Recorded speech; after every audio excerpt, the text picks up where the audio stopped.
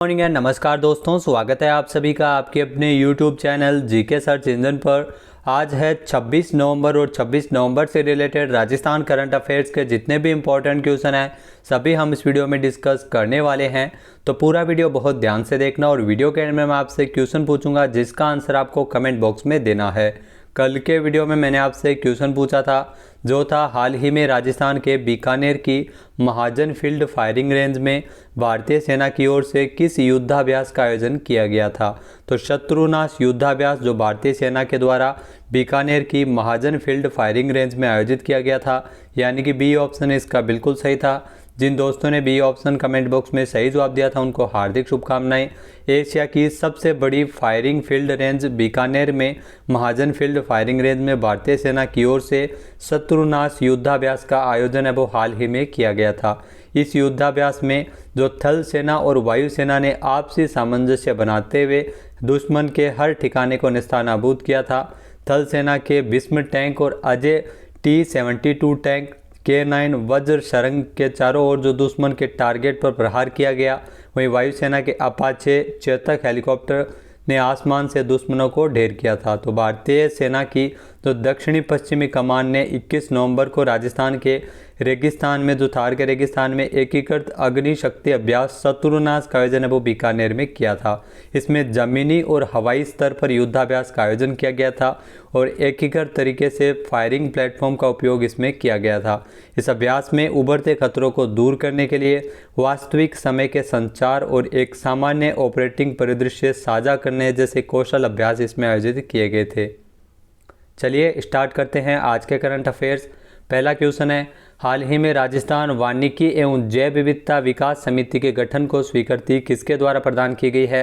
तो सीएम अशोक गहलोत द्वारा इसे स्वीकृति दी गई है, यानी कि बी ऑप्शन इसका बिल्कुल सही है। आइए जानते हैं इंपॉर्टेंट फैक्ट्स। तो राजस्थान के मुख्यमंत्री अशोक गहलोत की अध्यक्षता में सीएम निवास पर हाल ही में राज्य मंत्रिमंडल की बैठक का आयोजन किया गया था और इसी मंत्रिमंडल की बैठक में राजस्थान वानिकी एवं जैव विविधता विकास समिति के गठन को स्वीकृति प्रदान की गई है। इस समिति के मेमोरेंडम ऑफ एसोसिएशन तथा आर्टिकल ऑफ एसोसिएशन का भी अनुमोदन किया गया था। राजस्थान वानिकी एवं जैव विविधता विकास परियोजना का सुचारू रूप से संचालन और क्रियान्वयन इसके माध्यम से हो सकेगा। तो हाल ही में 24 नवंबर को राज्य मंत्रिमंडल की बैठक हुई थी जिसमें राजस्थान वानिकी एवं जैव विविधता विकास समिति के गठन किए जाने को स्वीकृति सीएम अशोक गहलोत द्वारा दी गई थी। अगला क्वेश्चन है, हाल ही में राजस्थान के किस जिला मुख्यालय पर मिनी फूड पार्क स्थापित किए जाने को लेकर 57.1 बीघा भूमि आवंटित किए जाने के प्रस्ताव को मंजूर किया गया है। तो बीकानेर में ये food park mini food park है जो स्थापित किया जाएगा और इसके लिए 57.1 बीघा भूमि है वो आवंटित किए जाने के प्रस्ताव को मंजूरी किया है, यानी कि सी ऑप्शन इसका बिल्कुल सही है, बीकानेर। आइए जानते हैं इंपॉर्टेंट फैक्ट्स। तो राजस्थान के मुख्यमंत्री अशोक गहलोत ने 24 नवंबर को मुख्यमंत्री निवास पर हुई मंत्रिमंडल की बैठक में महत्वपूर्ण फैसला लिया है जिसमें बीकानेर जिला मुख्यालय पर मिनी फूड पार्क स्थापित किए जाने को लेकर 57.1 बीघा भूमि आवंटित किए जाने के प्रस्ताव को मंजूर किया है। इसके माध्यम से किसानों, व्यवसायियों और उपभोक्ताओं को कृषि जिन्सों एवं उनके प्रोसेस्ड उत्पादों को व्यवसाय एवं निर्यात में सहायता प्राप्त करना इसका मुख्य उद्देश्य है। तो ये मिनी फूड पार्क है जो बीकानेर जिला मुख्यालय पर स्थापित किए जाएंगे। अगला क्वेश्चन है, हाल ही में किस राज्य सरकार ने महिलाओं के लिए वर्क फ्रॉम होम की सुविधा शुरू की है।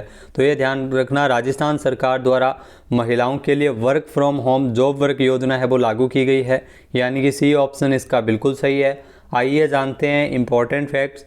तो राजस्थान सरकार ने राजस्थान में महिलाओं के लिए वर्क फ्रॉम होम की सुविधा शुरू की है जिसमें निजी और सरकारी उपक्रम में उन्हें महिलाओं को नौकरियां मिलेगी और घर बैठे वे काम कर सकेगी।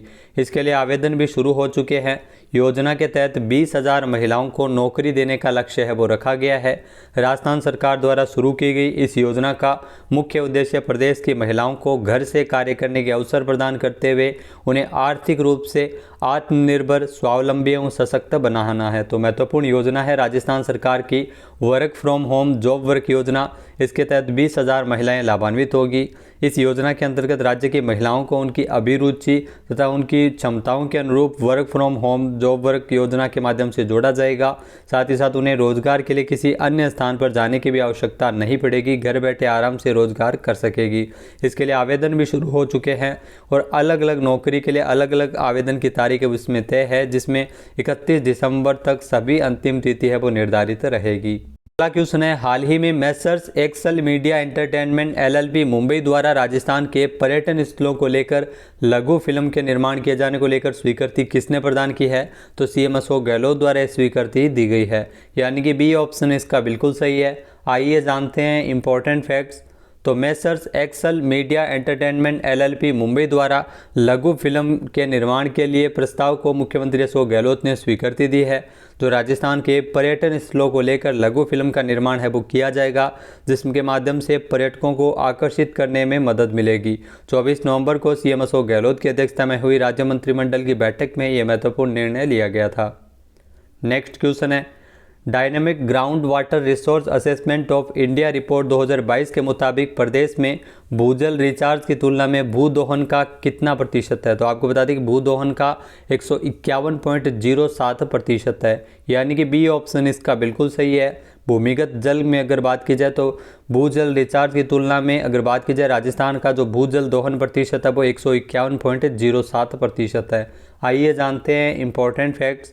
तो dynamic ground water resource assessment of India की रिपोर्ट 2022 के अनुसार राजस्थान के संबंध में कुछ महत्वपूर्ण बातें हैं वो सामने आई है, जिसमें 2021-22 में भूजल 12.13 अरब घन मीटर रिचार्ज हुआ है, यानी भूजल रिचार्ज की तुलना में दोहन है वो 151.07% है। इसके अलावा वर्ष 2022 में ये 150.2% रहा था। इसके अलावा आपको बता दें कि सर्वाधिक दोहन है वो जैसलमेर में और उसके बाद जोधपुर, जयपुर और झुंझुनू का नाम इसमें आता है। प्रदेश में 89 ब्लॉक्स में भूजल में खारापन है। अगर बात की जाए प्रदेश में 302 में से 219 ब्लॉक अति दोहन होने के कारण डार्क जोन में आ गए हैं। 22 ब्लॉक क्रिटिकल और 20 ब्लॉक है वो सेमी क्रिटिकल है, यानी भूमिगत जल किस प्रकार से रहता है इस हिसाब से रिपोर्ट जारी की गई है। प्रदेश में केवल 38 ब्लॉक की सुरक्षित श्रेणी में है। सुरक्षित ब्लॉक में अगर बात की जाए तो गंगानगर के सभी 9 ब्लॉक, हनुमानगढ़ में 7 में से 6 और डूंगरपुर में 10 में से 8 ब्लॉक है वो सुरक्षित ब्लॉक की श्रेणी में शामिल है। नेक्स्ट है, हाल ही में 2 दिवसीय विश्व सूफी संगीत समारोह है जहां एक खुसरो संगीत महोत्सव का आयोजन कहां हुआ था? तो हाल ही में 2 दिवसीय विश्व सूफी संगीत समारोह है जहां एक खुसरो संगीत महोत्सव का आयोजन है वो जयपुर में किया गया था, यानी कि बी ऑप्शन इसका बिल्कुल सही है। आइए जानते हैं इंपॉर्टेंट फैक्ट्स। तो जयपुर के एल्बर्ट हॉल पर आयोजित किए गए 2 दिवसीय विश्व सूफी संगीत समारोह है जहां एक खुसरो संगीत महोत्सव का आयोजन 20 नवंबर को इसका समापन है वो किया गया था और इसका आयोजन 19 से लेकर 20 नवंबर तक हुआ था। जी हां, जहां एक खुसरो संगीत महोत्सव जो 19 से लेकर 20 नवंबर को आयोजित किया गया था। राजस्थान पर्यटन विभाग के सौजन्य से इस कार्यक्रम में सूफी प्रेमियों को मंत्रमुग्ध कर दिया। जो सूफी संगीत है उसके माध्यम से ये संगीत महोत्सव का आयोजन किया गया था जयपुर में। इस कार्यक्रम का समापन नूरा सिस्टर्स द्वारा सदाए सूफी पर दी गई प्रस्तुतियों के साथ हुआ था। नेक्स्ट है, हाल ही में वर्ष 2023 में 11 से लेकर 13 मार्च की अवधि में राजस्थान इंटरनेशनल एक्सपो का आयोजन कहाँ किया जाएगा? तो वर्ष 2023 में 11 से 13 मार्च की अवधि में राजस्थान इंटरनेशनल एक्सपो का आयोजन है वो जोधपुर में होगा, यानी कि सी ऑप्शन इसका बिल्कुल सही है। आइए जानते हैं इंपॉर्टेंट फैक्ट्स।